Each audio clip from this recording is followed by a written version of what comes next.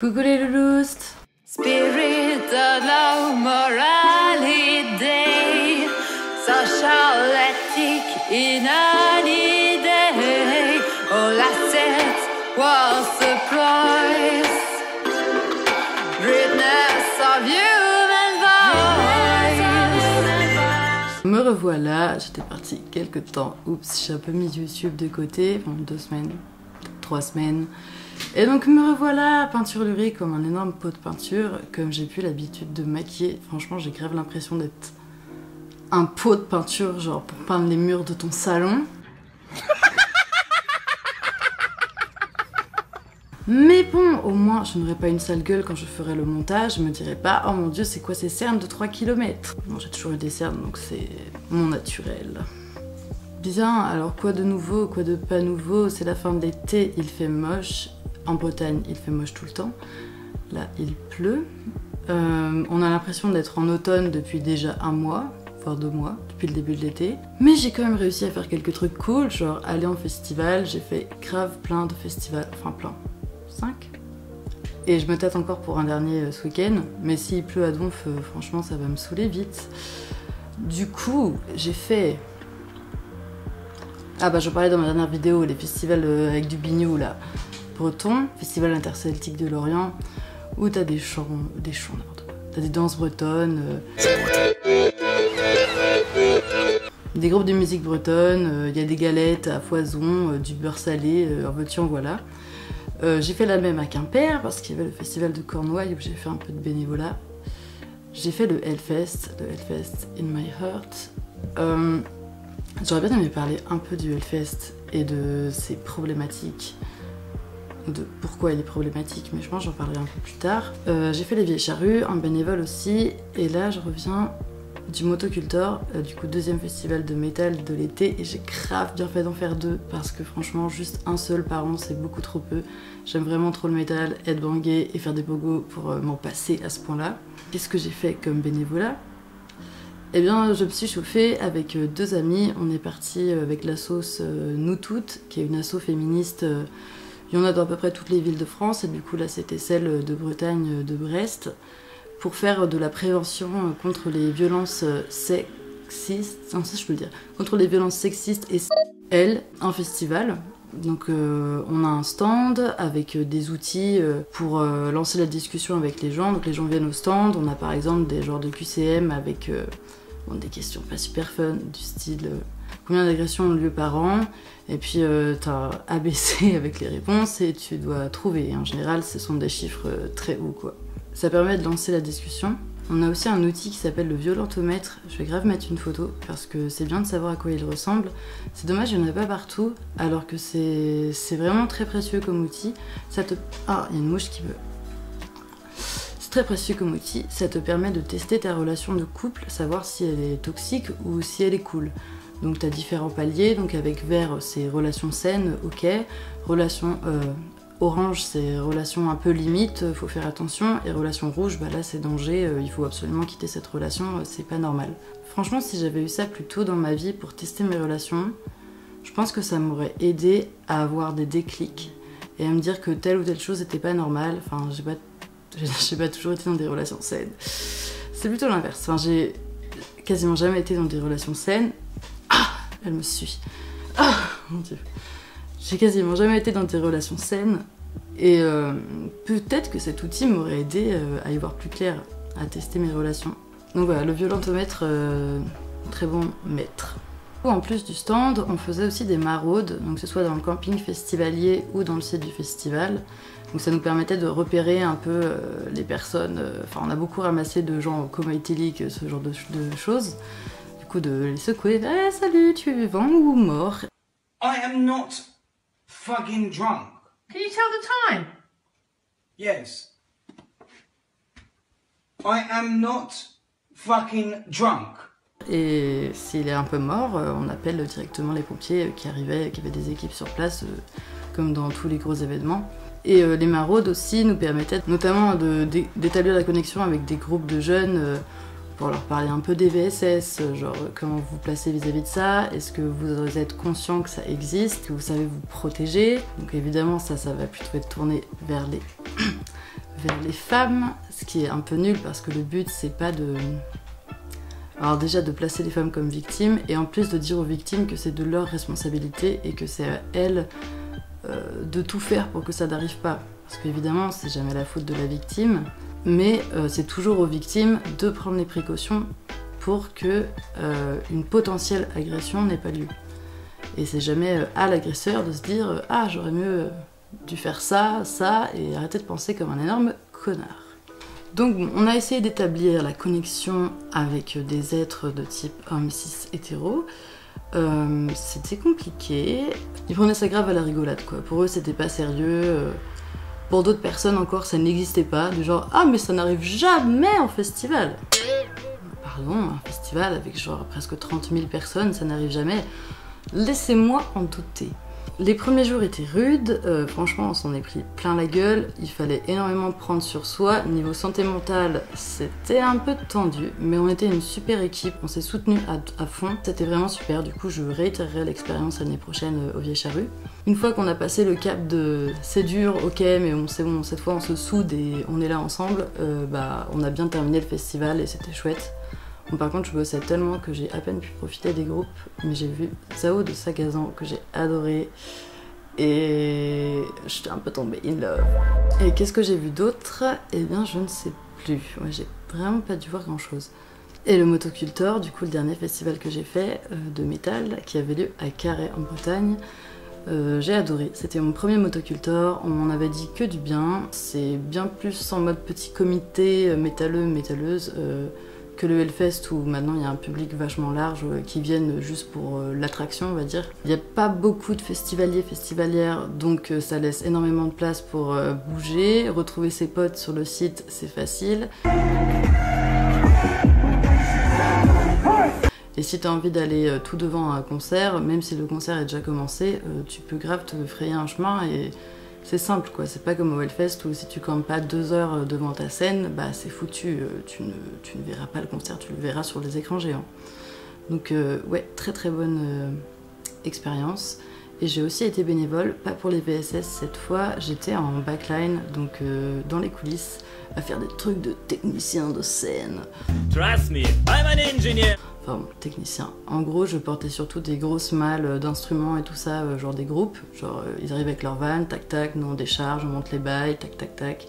Donc c'était très physique, mais c'est bien, ça m'a permis de faire du sport, ce qui ne m'arrive absolument jamais.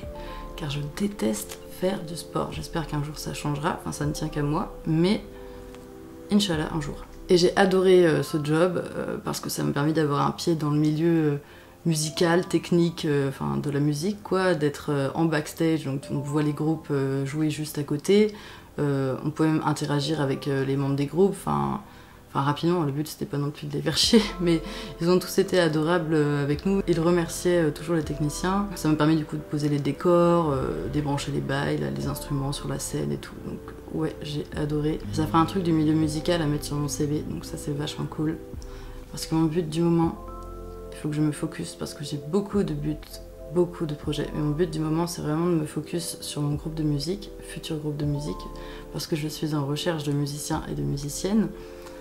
Mes recherches avancent bien, je fais une jam test bientôt avec un batteur et un guitariste. J'espère que ça va être chouette, que ça va matcher, qu'il y aura une connexion. La musique, j'en fais depuis toujours, enfin je chante, c'est mon rêve, enfin, c'est vraiment mon rêve ultime, je veux faire des tournées, je veux être sur scène, c'est une vie dont je rêve et tous les points négatifs de cette vie-là, ils ne me coûteraient absolument rien, quoi. Je m'en fiche comparé à tout le reste et à tout ce que je peux en tirer. Je me focus là-dessus. Alors j'avais laissé un peu tomber YouTube, oups. Bon après j'étais en festival à gambader dans les champs. Maintenant que je suis revenue, je vais essayer de reprendre le rythme. Voilà, mon objectif numéro 1 reste la musique. Ensuite YouTube, parce que maintenant que j'ai commencé, ce serait con de s'arrêter là, surtout que j'aime faire ça. Dans 1 mois et demi, je reprends les cours aux Beaux-Arts, mi-septembre, ce qui me laissera encore moins de temps de libre, donc faut que je réussisse à coordonner tout ça. Donc là, j'aurai l'occasion de refaire de la peinture, de créer plein de choses différentes et ce sera super chouette, ça va renouveler mes idées, Ça me permet de m'expandre, de, je sais pas, par exemple, peut-être même fabriquer des clips pour mes prochaines musiques. Faut juste pas que ça parte en couille, parce que j'ai beaucoup d'idées, j'ai beaucoup de projets, je suis quelqu'un qui s'intéresse à beaucoup de choses très différentes. Et du coup, je commence un truc, et après, est-ce que je finis le truc? Pas forcément. Donc il faut que je me tienne à ce que j'ai commencé. Et je vous savais pas trop parler de ce que je faisais du coup aux Beaux-Arts, donc je fais pas mal de peinture sur des grands formats, à l'acrylique, je fais aussi un peu de peinture à l'huile. Je vous invite, si le cœur vous en dit, à me suivre sur Instagram, sur mon Insta où je poste les trucs artistiques que je bricole, pour donner du soutien. J'ai pas beaucoup de visibilité sur ce compte-là, et j'aime beaucoup peindre, ça me fait un bien fou. Comment décrire ce que je fais? C'est inspiré par... c'est quand même vachement inspiré par l'univers de manga, parce que j'en ai énormément lu quand j'étais ado. Donc c'est pas du dessin réaliste, hein, c'est du dessin à mi-cartoon, mi-manga, avec un côté poétique, peut-être aussi assez cru. Bon bah j'y parle beaucoup de mes émotions, de choses comme ça. Donc je vous mets quelques petites photos, voilà, profitez-en, regardez.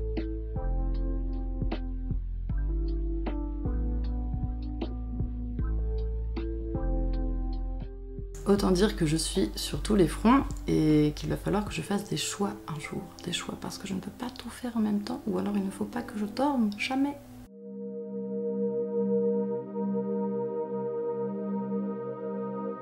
Mon avis sur le Hellfest, je pense que c'est intéressant d'en parler. Je vais vous lire une petite story que j'avais postée pendant le Hellfest justement, à un moment où j'ai eu le temps d'écrire, et donc j'avais mis: je tenais à répondre suite aux articles qui sont sortis sur les côtés problématiques du Hellfest. Notamment une journaliste, je mettrai les sources, qui a sorti un article, donc c'est une documentation, elle est allée en mode festivalier au Hellfest et elle a fouiné quoi. Et donc le directeur du Hellfest, Ben Barbeau, est accusé d'avoir volé des fonds, enfin pas accusé, il est reconnu d'avoir volé des fonds qui devaient appartenir au festival. Et il est aussi connu pour s'en foutre des accusations d'agression qui concernent certains des musiciens qu'il invite sur son festival. Alors parfois c'est pas juste des accusations, hein, c'est réel. Et c'est pas non plus des accusations anodines ou qui sont en solo, enfin en général c'est une dizaine de femmes qui ont témoigné, enfin ce sont des choses qui ont du poids, c'est pas des accusations en l'air. Après rien n'est prouvé, donc je peux pas dire que c'est réel, mais voilà, enfin, on comprend facilement. Par exemple cette année il y avait Johnny Depp, parce que Johnny Depp fait de la musique, si vous ne saviez pas, il fait de la guitare. Et donc il était avec son groupe au Hellfest, alors que quelques mois auparavant il était en procès avec Amber Heard vis-à-vis de violences conjugales. Alors certes, il est sorti indemne du tribunal, c'est Amber Heard qui a perdu, mais le revoir directement sur scène, enfin c'est un peu bête de dire oh là là, mais toutes ces accusations vont ruiner la carrière de tel ou tel homme. Non, en fait c'est un homme, rien ne va lui ruiner sa carrière à part lui-même. Concrètement, Johnny Depp, il a été bien dans la sauce. L'affaire Amber Heard, Johnny Depp, on en a entendu parler partout. Elle a été extrêmement médiatisée. Et pourtant, non, le gars, il tourne toujours dans des films, il est toujours égérie à certains lieux, etc. Et il fait toujours de la musique. Donc non, c'est débile de dire ça. Comme tout plein d'autres de ses contemporains hommes, qu'ils soient écrivains, cinéastes, acteurs, etc. Ils n'en ont pas perdu de leur superbe. Enfin voilà, et du coup cette nana journaliste a enquêté sur tout ça. Je pense que je vous mettrai des extraits de l'article parce que c'est vachement intéressant et c'est des choses que j'avais pu constater par moi-même durant mes années de Hellfest, parce que j'y vais depuis pas mal d'années maintenant. C'est vrai qu'il y a certains comportements qui sont pas du tout acceptables, enfin des comportements d'agresseurs, il y en a qu'il faudrait former au VSS et au féminisme quoi. C'est une ambiance quand même globalement virile et masculine. Il y a quand même très peu de femmes ou de personnes non binaires. C'est globalement des hommes au Hellfest, des hommes cis, hein, j'entends. Transpire la virilité quoi, à base du métalleux viking super fort qui boit de la bière dans une corne de buffle et qui fait ounga bunga. Enfin bref, ce genre de choses. Et du coup, c'est vrai que quand t'es une femme au milieu de tout ça, tu te sens un peu malaisée. Enfin bon, je reprends ma story. J'y vais tous les ans, alors je me sens concernée et je sais pas si j'en viendrai au boycott car j'aime vraiment fort ce festival, mais c'est bien de mettre en lumière les choses qui ne vont pas. Quand le directeur du Hell, Ben Barbeau, du coup, sort que la politique, c'est pas son créneau, et donc il l'a assumé dans un article, hein, on peut le retrouver, je mettrai les sources, et que ça le dérange pas d'inviter des artistes accusés de violences sexuelles, forcément ça dégoûte. J'ai moi-même subi des violences sexistes et sexuelles à ce festival dans mes premières années, quand j'étais mineure. Donc oui, voilà, j'ai des anecdotes comme ça. Pas des choses très graves, hein, si on s'en tient au fait, hein, mais c'est quand même considéré comme des agressions sexuelles. Et donc j'ai commencé le Hellfest quand j'avais 16 ans. Voilà, ça vous donne une idée de l'âge. Je ne cautionne absolument pas le fait d'inviter des vieux. Je ne suis pas allée les voir en concert, je veux dire. Mais c'est vrai que quand tu paies un pass, tu paies aussi pour ces artistes-là. Pour ce qui est du sentiment de non-sécurité dans le festival, je trouve que c'est correct comparé à d'autres fests. Alors certes, si t'es une meuf seule, je conseille pas vraiment, mais il y a quand même une ambiance bienveillante et plein de gens super. Alors comparé aux Vieilles Charrues par exemple, je me sens 1000 fois plus en sécurité au Hellfest. Il n'y a pas à dire, c'est sûr et certain. Le public des Vieilles Charrues est atroce, désolé pour vous, mais vraiment c'est chaud. J'ai tapé un petit somme seul le premier jour et le groupe de prévention VSS est passé me voir 2 fois pour savoir si ça allait. J'ai l'impression que leur équipe avait été bien renforcée cette année. Bref, il y a des choses de mise en place et il faut continuer à diffuser les infos problématiques pour que le milieu métal apprenne et s'adapte. Pour ce qui est des groupes néo... encore un autre sujet. Je pense que c'est assez connu qu'ils ont toujours eu leur place dans la scène métal parce que musique extrême et choquer c'est drôle. Alors qu'extrême ne signifie pas accepter tout et n'importe quoi comme des groupes d'extrême droite. Et au nom du choc, il y a des limites à respecter. Donc oui, c'est vrai que j'avais même pas abordé ce point-là, mais dans le milieu métal, si vous n'êtes pas familier à ce milieu-là, il y a une grande place de laisser pour les groupes d'extrême droite néo-nazis, genre... il va y avoir des festivaliers avec des chroniques de tatoués sur les bras, quoi. Et il y a des groupes qui sont ouvertement néo, hein, voilà. Avec des paroles très limites, on parle de néo. Évidemment qu'elles sont limites. Et ça a sa place dans une mesure du...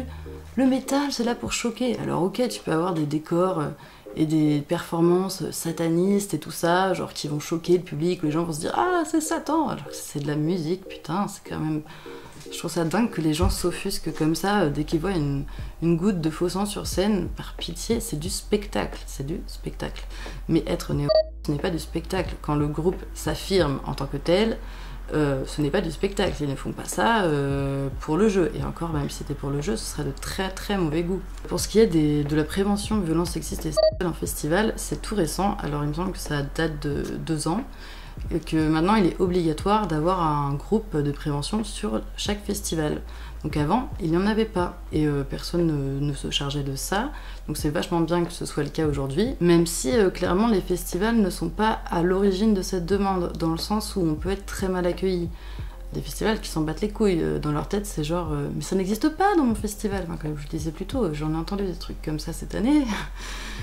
Alors que ces violences-là, elles existent partout. Il n'y a pas de lieu où elles n'existent pas. C'est pas possible. C'est bien que ça change de ce côté-là, qu'il y ait des équipes motivées comme la Sois Nous Toutes par exemple qui sont géniales. Il y a du travail à faire, quoi. Ah oui, un point que je voulais rajouter car je le trouve pertinent, c'est l'ouverture au milieu LGBT qui est pas vraiment ouf. Personne te demande tes pronoms ou quoi, perso ça m'a gêné. C'est vrai que du coup, comme le milieu est principalement mec. Yo, c'est Moko du montage. Du coup, ma vidéo a arrêté de s'enregistrer à ce moment-là. Donc je disais donc que le milieu étant principalement masculin, forcément, il n'y a pas une ouverture très grande au milieu LGBT. Si, il restait un point que je voulais aborder, qui est l'hypocrisie, je trouve, dans le traitement des festivals par rapport au VSS, c'est que beaucoup vont pointer du doigt le Hellfest en particulier, plutôt que d'autres festivals, comme par exemple les Vieilles Charrues. Et je pense que c'est dû au fait que le milieu métal est quand même encore vachement marginalisé, que les gens comprennent pas toujours ce qui se passe dans cette scène-là, comme je parlais un peu plus tôt, des décors, de la scénographie, un peu choc. C'est pas des choses qui arrivent juste au Hellfest, c'est des choses qui arrivent dans absolument tous les festivals. Et pointer le Hellfest spécifiquement, je trouve ça hypocrite. C'est un exemple parmi tant d'autres. Par exemple, au Vieilles Charrues, il y a bien des artistes accusés d'agression qui sont sur scène. Bertrand Cantat de Noir Désir a bien fait des concerts en sortant de prison. Enfin, c'est bête de dire que c'est la faute du Hellfest et que tout repose là-dessus. C'est vraiment pas le cas. Et j'avoue que j'aimerais bien que les gens arrêtent un peu de pointer du doigt le milieu métal spécifiquement, alors qu'il y a beaucoup de bons dans ce milieu-là. Personnellement, je l'adore, je m'éclate toujours autant en festival, en concert, et et c'est que du love, il y a forcément aussi des choses problématiques dont il faut parler, et c'est pour cette raison que je fais cette vidéo. Donc j'espère que ça aura pu t'apprendre des nouvelles choses, peut-être de creuser un peu plus certains sujets. Si t'as apprécié ma vidéo, n'hésite pas à t'abonner, à laisser un petit commentaire, ça me fera super plaisir de le lire et de savoir tes retours. Tu peux t'abonner à mon Instagram si tu en as envie, tac. Et je te fais des gros bisous. À bientôt les loulous!